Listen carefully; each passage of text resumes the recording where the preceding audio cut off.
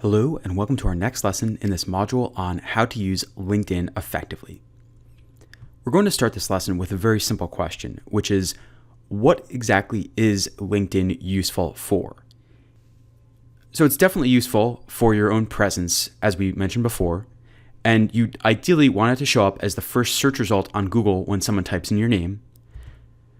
But when it comes to contacting people and reaching out and networking over LinkedIn, in a lot of cases, it is not quite as useful as you would expect.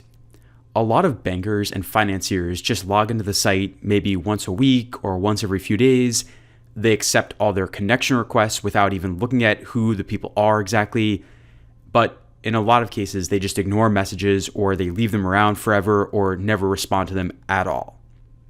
So it's not quite as useful for contacting people as you might expect. But one thing it is really useful for is finding companies and people in the first place.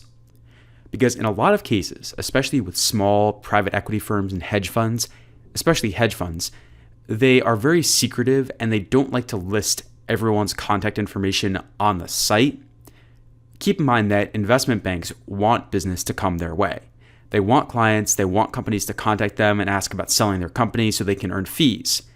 But with these buy-side firms, especially hedge funds, they're very secretive. They don't want everyone to know their strategy. They don't want everyone to know who's working there because they don't want their own employees to get poached by someone else in the market. So LinkedIn can be very, very useful in this scenario. I think of it as detective work. And the problem often becomes that you are applying to a specific office at a firm, but you don't know anyone there. And you want to contact someone before you submit your application or submit your resume or CV, but you just don't have any leads, you don't know anyone, you don't have any alumni there. And in that case, you have to find someone, or at least it's in your best interest to find someone there. Another case in which this comes up is when you want to start cold emailing local firms, but you cannot find specific email addresses. Now, you could send an email to the generic firm-wide list, something like contact@firmname.com, or use the contact form on their site or something like that. But in general, you're going to get a much higher response rate if you go for specific individuals there instead. So the solution to both of these types of problems is to look up the firm or the specific office on LinkedIn, find people there, and then find or guess their email addresses or other contact information via other methods, which we'll get into later in this tutorial. Before we get started with this, I have to warn you in advance of one problem with this method, which is that it really only works well if you have a fairly big network on LinkedIn. If you do not, what will often happen is that you will get search results on the site, but they will be relatively useless because they'll say something like LinkedIn member or VP at firm name, but they won't give you his name or anything like that. If you cannot get real names out of this method, then it's not going to be particularly useful to you if you're using it to actually find people at these firms. So if you don't yet have hundreds of connections on your profile, or if you're a student, for example, and you haven't actually worked yet, so you're going to have fewer connections in general, options here would be to borrow someone else's account, not to use it to contact people or to pretend to be them, but simply to look people up and hopefully get better results because that other person, maybe a friend who already graduated and has been working for some time, that other person presumably has more connections on the site than you do. You could also use Google searches if LinkedIn doesn't work, and we'll cover some elements of that later on. And then there's always Capital IQ, Bloomberg, FactSet, and other services like that, which some universities and business schools actually have access to. So that is just one advance warning here. But let's actually jump into this in more detail and look at a few cases for how you might do this. We're going to look at three basic cases here. The first is what to do when you are working with a small firm that has no employees listed on the website and minimal information in general. The second case will be what to do when you have a larger firm that clearly has a lot of employees and about which you can find a lot on its business, but it still doesn't have individuals listed on its website. Sometimes here, when firms get too big, you see this problem, and then when firms are too small, you see the same problem. It tends to be actually mid-size firms with maybe a few dozen employees up to maybe 100 employees where you can usually get the best results with finding names and email addresses directly on the website. Once we cover both of those, then we'll show you how to find or guess people's email addresses, how to infer what the email addresses and the formats might be based on other listings on the site, and in general, how to contact them and what to do if you can find names, but you cannot find contact information. So going to the first case here, the small firm with no real information. As I said before, boutique investment banks tend to list employees because they want to be found. They want companies to come to them and engage in their services. It's really more of an issue with hedge funds and sometimes other types of buy-side funds. A lot of private equity firms actually want to be found as well. Remember, they spend a lot of time and money sourcing companies and telling their associates to go out and find companies. So it would be better for them if companies could come to them. But you do still see this with some types of private equity firms. Here's an example. This is for this company, Ivy Asset Management, which as of the time I'm recording this is actually out of business. So I feel comfortable showing you this and using this firm's real name because they are no longer operational as far as I know. In any case, this is what their website looked like at one time. No information at all. They had a contact us area that didn't really lead anywhere. And then all they had here was a single office location somewhere in New York State in the US. That is a very, very common scenario to have sort of a blank website like this with no real information listed. So the solution in this case would be to search for the firm's name on LinkedIn and then record names that you find there. So for example, just pull up Google Chrome now. If we go to LinkedIn and search for Ivy Asset Management up here, we actually get 443 search results. Now, the problem is that a lot of the people that show up are either not working there anymore or maybe didn't even work there in the past. It's just kind of random people that have some sort of connection to the firm. So when this happens, what you have to do is go up and first off, make sure you're only searching for people, not all, because you only want people who have worked there. And then you also want to make sure that current company is selected. There's some cases where you want to search for where someone worked in the past, but in most cases, you want to make sure they're currently working there. So you want to check off the name of the company right over here. And then you can also restrict the location, which we highly recommend doing, especially for firms with only one or two locations like this. So if I set this to Greater New York City, then we start seeing more reasonable search results. Now, you still see the problem that I told you about before, which is that if you don't have at least a second or third degree connection to someone, they're just going to show up as a LinkedIn member. So you're not going to get a real name out of that in any way, which again is one of the drawbacks of using this method. Now, I have around 2,000 to 3,000 connections on my account, and even I run into this problem sometimes. So just be aware of that you're going to have to sift through search results and hope that there are people who have privacy settings set differently, or hope that you have some better connections to people who work at this firm.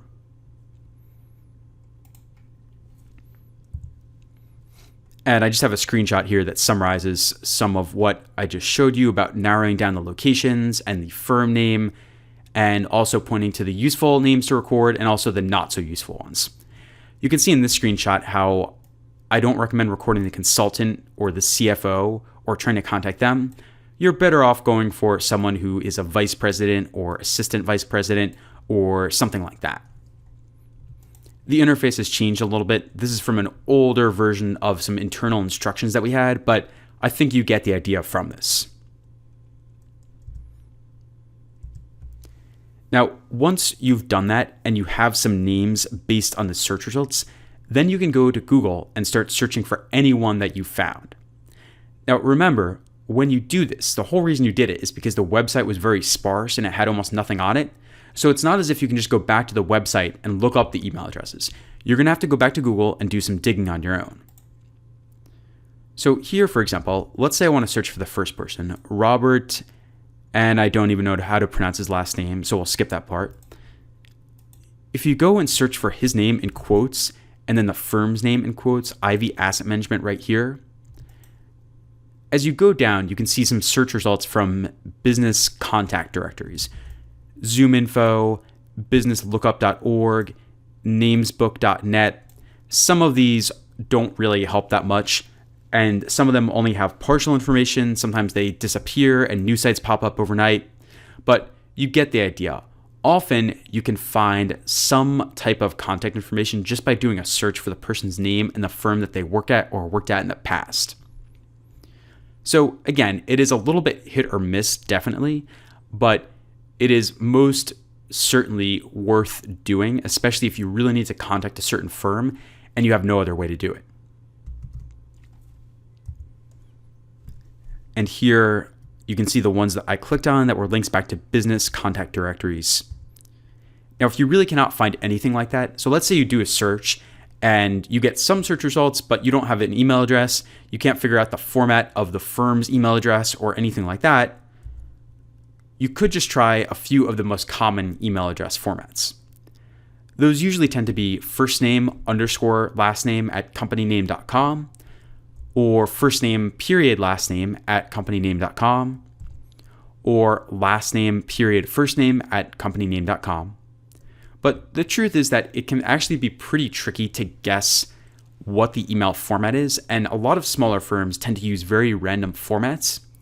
So if you have the time, which most likely means you're a university student right now, then yes, you could go through this exercise. If you're already working full-time or you're at the MBA level or beyond, this is probably not the best way to spend your time. If you really can't find someone like this, the more reasonable solution, if you really can't get their email address or phone number, is to simply add the person on LinkedIn and then try messaging the person right there. So in this example, if we go back, I could just go to connect here and then submit a connection request to him, maybe add a brief message. We've gotten some questions on whether or not it's worth paying for InMail, where LinkedIn charges you to contact someone. In most cases, I would say no, unless it's some kind of incredible connection that you know is going to be the answer to all your problems, which hardly ever happens, by the way. So in most cases, we would not recommend it. It seems like the far better approach is just to add the person as a connection, submit that request, and then you can send an introductory message along with it, or otherwise get connected like that. Now, if the person is far enough away, if they're, say, a third-degree connection or more, you're not going to be able to do that. So you could try to find a way to make them a second-degree connection or something closer to you. But in general, we would not recommend spending a ton of time on this if you really cannot find them and you would have to pay money to contact them like this. So that's a little bit about what to do when you're dealing with a smaller firm like this where you cannot find contact information easily and clearly listed on the website. That takes us to the end of case 1. So let's move to case 2 and look at what happens when you have a large firm that also has no employees listed on their website. So I'll show you an example of what I mean here.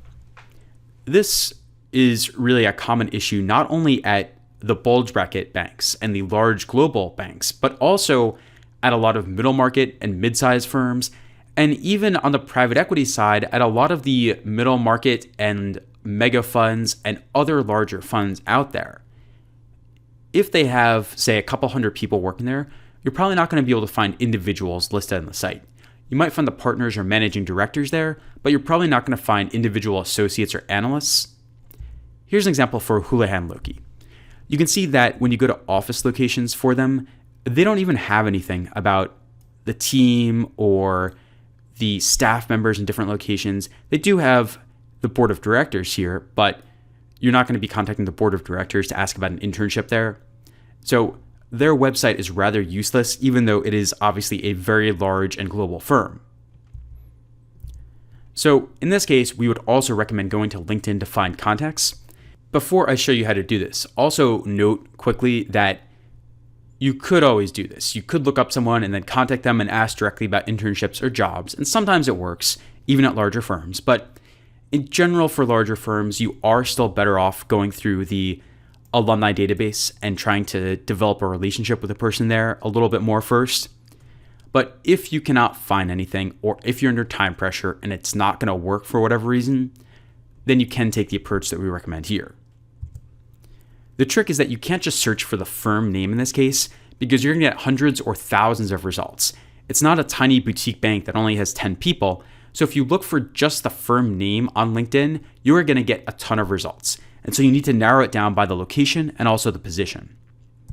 So you have to search for something like Houlihan Lokey Associate New York or Houlihan Lokey Vice President London. Let's go over to our example here. And let's say I search for Houlihan Lokey, I'll say Vice President New York. So that's my search query up there. Once again, we get the same problem here because LinkedIn doesn't know that we just want to find people. So to narrow this down a little bit better, I'm going to select people over here on the side. And then for the location, I'll set it to Greater New York City area. And then for current company, I'll make sure it's set to Houlihan Lokey. But you can see how now we have a much more meaningful set of search results right here. So this is generally what we recommend doing. You could also try to further narrow it down by typing in something like investment banking and limiting it to just the investment banking division so you don't get people from sales and trading or compliance or other areas like that. So here is what the search results screen looks like. I've just pasted that in there for your reference. And then at this point, you would have to go back to Google and then start doing searches for the firm name and the person's name and start seeing if results with email addresses pop up, just like what you did for the very small firm. You could also guess the name if you have someone's email address there or you've traded emails with someone at the firm or otherwise found it. Really, in a lot of cases, it is quite easy to find the email address format for the larger firms because all you really have to do is go to their contact page or recruiting page and you should see someone's email address listed somewhere there. You can also just do a Google search for something like email address, firm name, for example, and you will usually be able to find something.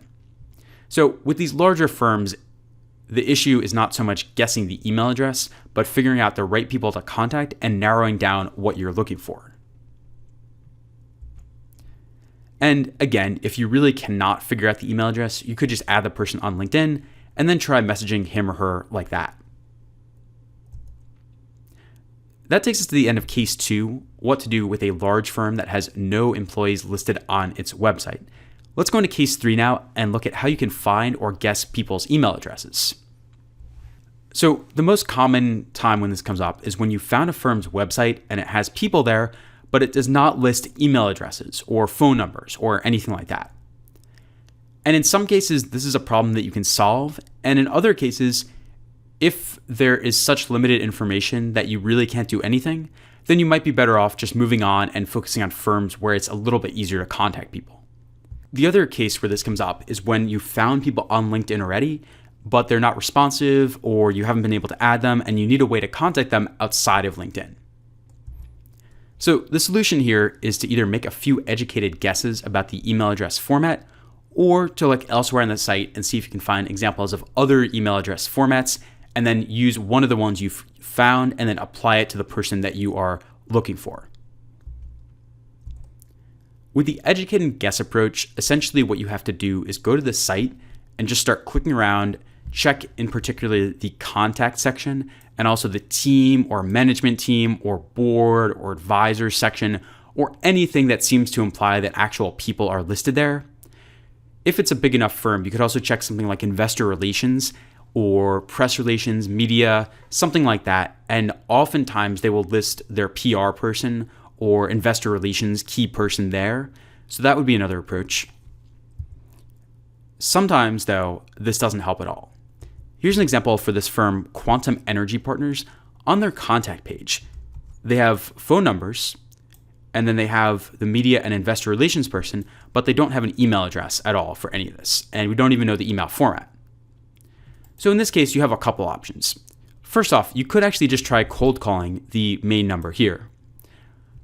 You could try looking up this person on LinkedIn and then seeing if you can add them or somehow contact them there or do a Google search for their name and the firm name and see if that turns up something or other. But if you really cannot get to them, we would not recommend spending an inordinate amount of time on this.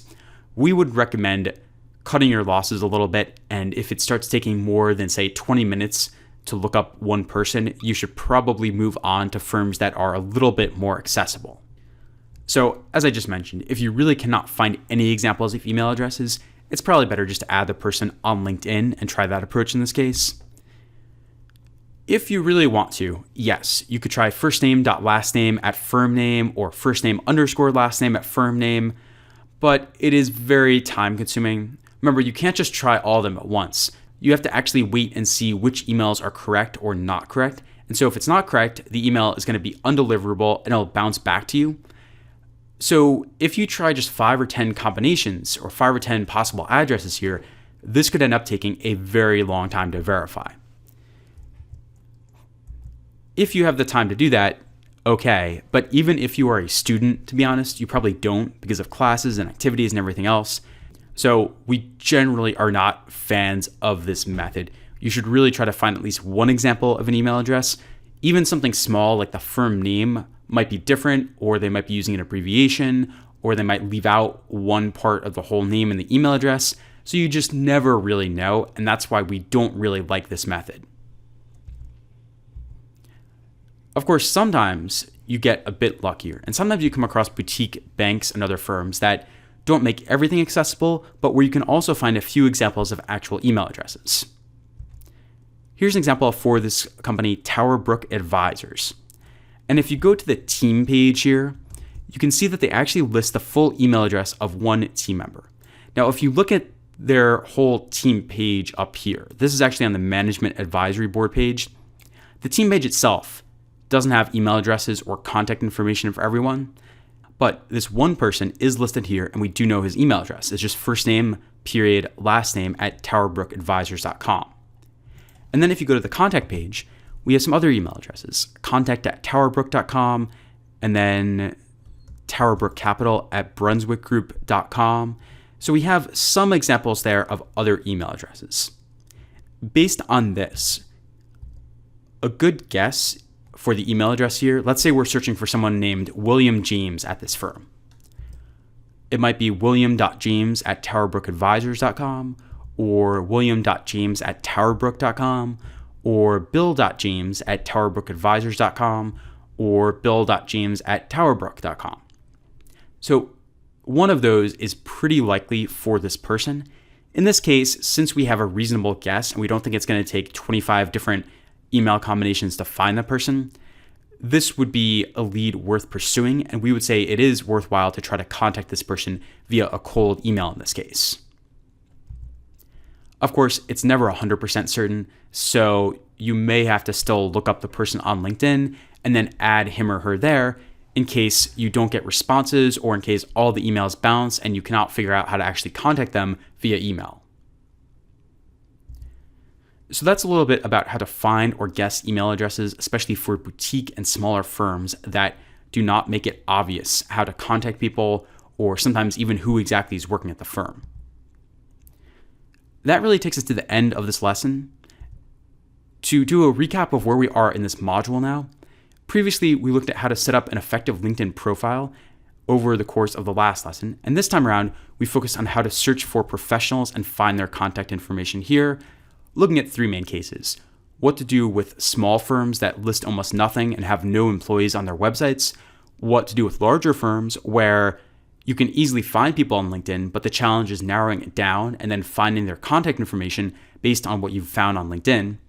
And then the final case, how to find or guess email addresses based on what the website looks like and other information there.